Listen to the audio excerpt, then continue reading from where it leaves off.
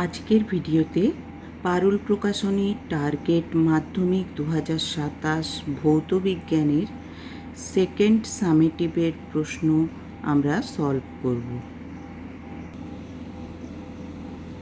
আজকে আমরা Kalna মাহিস Mardini girls ইনস্টিটিউশনের প্রশ্নপত্রটা solve করব। দেখো 1.1-এ সালফার ডাইঅক্সাইডের বাষ্প ঘনত্ব কত? আমরা সালফার ডাইঅক্সাইডের আণবিক গুরুত্ব জানি 64, তাহলে বাষ্প ঘনত্ব হবে আণবিক গুরুত্ব বাই 2, তার মানে 64/2, তার মানে 32। তাহলে 32 হলো সঠিক উত্তর। 1.2 প্রদত্ত কোনটির ওপর ধাতুর পরিবাহিতাঙ্ক নির্ভর করে? উষ্ণতা, দৈর্ঘ্য, উপাদানের প্রকৃতি না প্রস্থচ্ছেদ? সঠিক উত্তর হবে উপাদানের প্রকৃতি। এর উপর ধাতুর পরিবাহিতাঙ্ক নির্ভর করে। 1.3-তে দেখো সমান্তরাল সমবায়ে রাখা দুটো রোধ হলো 5 ওহম এবং 15 ওহম। এদের মধ্য দিয়ে তড়িৎ প্রবাহ মাত্রা যথাক্রমে I1 ও I2 হলে কোনটি সত্য? I1 greater than I2, I1 less than I2, I1 equal I2, I1 equal 1/I2। কোনটা সঠিক হবে? দেখো দুটো রোধ সমান্তরাল সমবায়ে রাখা হলে দুটো রোধের মধ্যে দিয়ে আলাদা আলাদা কারেন্ট যাবে। যে রোধের মান বেশি সে রোধের মধ্যে দিয়ে কম কারেন্ট যাবে, আর যে রোধের মান কম তার মধ্য দিয়ে বেশি কারেন্ট যাবে। তার মানে 5 ওহমের মধ্য দিয়ে I1 পরিমাণ কারেন্ট গেছে, মানে I1-এর মান I2 অপেক্ষা বেশি। সুতরাং এ অপশানটা সঠিক হবে, I1 গ্রেটার দ্যান I2।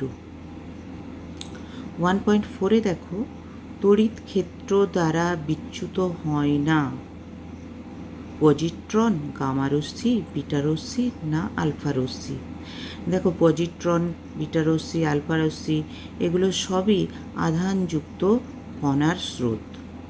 তাহলে গামা রশ্মিটাই একমাত্র নিস্তড়িত কণার স্রোত। তাহলে নিস্তড়িত কণা হলে সেটা তড়িৎ ক্ষেত্র দ্বারা আর বিচ্যুত হবে না। এই জন্য গামা রশ্মি তড়িৎ ক্ষেত্র দ্বারা বিচ্যুত হয় না। 1.5-এ দেখো তড়িৎ বিশ্লেষণ প্রক্রিয়ায় ক্যাথোডে ঘটে জারণ, বিজারণ, বিয়োজন না সংযোজন? আমরা জানি প্রত্যেকে বিজারণ ঘটে। 1.6-এ দেখো কমলা বর্ণের আম্লিক পটাশিয়াম ডাইক্রোমেট দ্রবণে H2S গ্যাস পাঠালে দ্রবণের অন্তিম বর্ণ কী হবে? আমরা জানি সবুজ রঙের ক্রোমিক সালফেট লবণ উৎপন্ন হয়, তাহলে দ্রবণের অন্তিম বর্ণ সবুজ হয়। তাহলে সেই অপশানটা সঠিক। 1.7-এ দেখো অ্যালুমিনিয়াম বিহীন একটি আকরিক হলো ক্রায়োলাইট, মাইকা, ফ্লুওস্পার, গিপসাইট? তাহলে সঠিক উত্তর হবে মাইকা, কেননা ক্রায়োলাইটও অ্যালুমিনিয়াম আছে, গিপসাইটেও এবং ফ্লুওস্পারেও অ্যালুমিনিয়াম আছে। তাহলে অ্যালুমিনিয়াম বিহীন আকরিক হলো সঠিক উত্তর হবে মাইকা। এবার দেখো অতি সংক্ষিপ্ত প্রশ্ন উত্তরগুলো। 9টা প্রশ্ন আছে, আমরা সেগুলো সলভ করব। দেখো কত গ্রাম কার্বন ডাইঅক্সাইডে Na/2 সংখ্যক অণু থাকে? Na মানে অ্যাভোগাড্রো নাম্বার। অ্যাভোগাড্রো সংখ্যক অণু থাকে আমরা জানি যে কোনো যৌগের আণবিক ভরে। তাহলে কার্বন ডাইঅক্সাইডের আণবিক ভর হচ্ছে 44 গ্রাম। তাহলে 44 গ্রাম কার্বন ডাইঅক্সাইডে অ্যাভোগাড্রো সংখ্যক অণু থাকে। তাহলে Na/2 সংখ্যক অণু থাকবে 44/2, মানে 22 গ্রাম কার্বন ডাইঅক্সাইড। তাহলে 22 গ্রাম কার্বন ডাইঅক্সাইডে Na/2 সংখ্যক অণু বর্তমান। 2.2 তাপীয় রোধের এসআই একক কী? আমরা জানি তাপীয় রোধের এসআই একক হলো কেলভিন, ওয়াট টু দি পাওয়ার -1। অথবাতে দেখো সত্য বা মিথ্যা লেখো।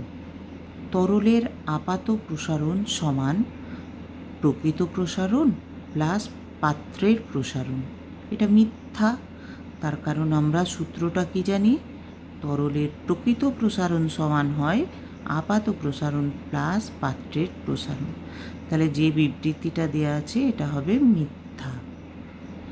2.3-তে দেখো একটি গ্যাসের মধ্য দিয়ে আলফা কণার স্রোত পাঠালে কি ঘটবে?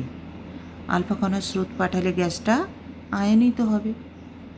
2.4-এ দেখো চৌম্বক ক্ষেত্রে অবস্থিত কোনো তড়িৎবাহী তারের ওপর ক্রিয়ারত বলের অভিমুখ কোন নিয়ম দ্বারা নির্ণয় করা হয়?